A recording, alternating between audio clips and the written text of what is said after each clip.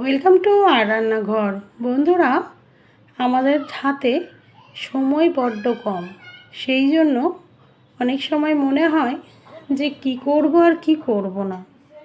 সকাল সকাল যখন আমি স্কুলে যাই তখন মনে হয় যে আজকে কি রান্না করব এবং রান্না করতে কতটা টাইম লাগবে। তো সেই জন্য আজকে সেই সময় বাঁচানোর একটা রান্না আপনাদের কাছে নিয়ে এলাম। সেটা হলো প্রেশার কুকারে চিকেন।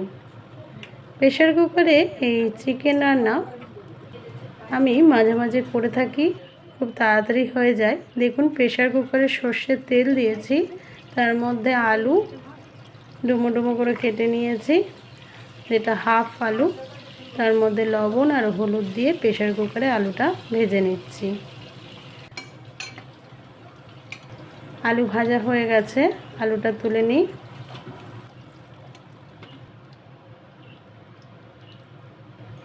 এবার ওই সর্ষের তেলেই একটা তেজপাতা, দুটো শুকনো লঙ্কা, গরম মশলার মধ্যে এলাচ, লবঙ্গ, দারচিনি দিয়ে একটু হালকা করে নাড়াচাড়া করে নিই। সুগন্ধ বেরোলেই পেঁয়াজ কুচি দিয়ে দিচ্ছি।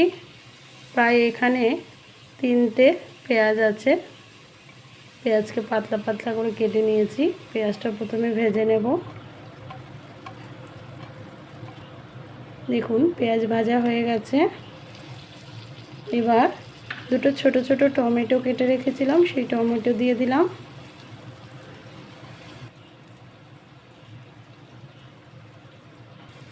দিয়ে দিচ্ছি 2 চামচ মতো রসুন বাটা আর 2 চামচ দেব আদা বাটা। দিয়ে একটু মশলাটা কষিয়ে নেব।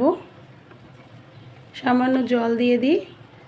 শুকনো মশলা দেওয়ার আগে আমি জল ব্যবহার করি, নাহলে শুকনো মশলা পুড়ে যাওয়ার একটু ভয় থাকে। স্বাদ মতো লবণ, হাফ চামচ হলুদ গুঁড়ো, হাফ চামচ জিরে গুঁড়ো, হাফ চামচ ধনে গুঁড়ো, হাফ চামচ শুকনো লঙ্কার গুঁড়ো, সব কিছু দিয়ে মশলাটা একটু কষিয়ে নিয়ে আরও একটু জল ব্যবহার করলাম।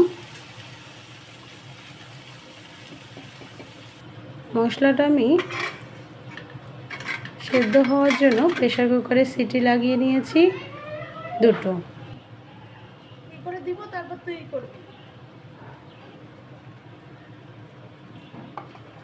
আর একটু নাড়াচাড়া করে এবার মাংসটা দিয়ে দিলাম।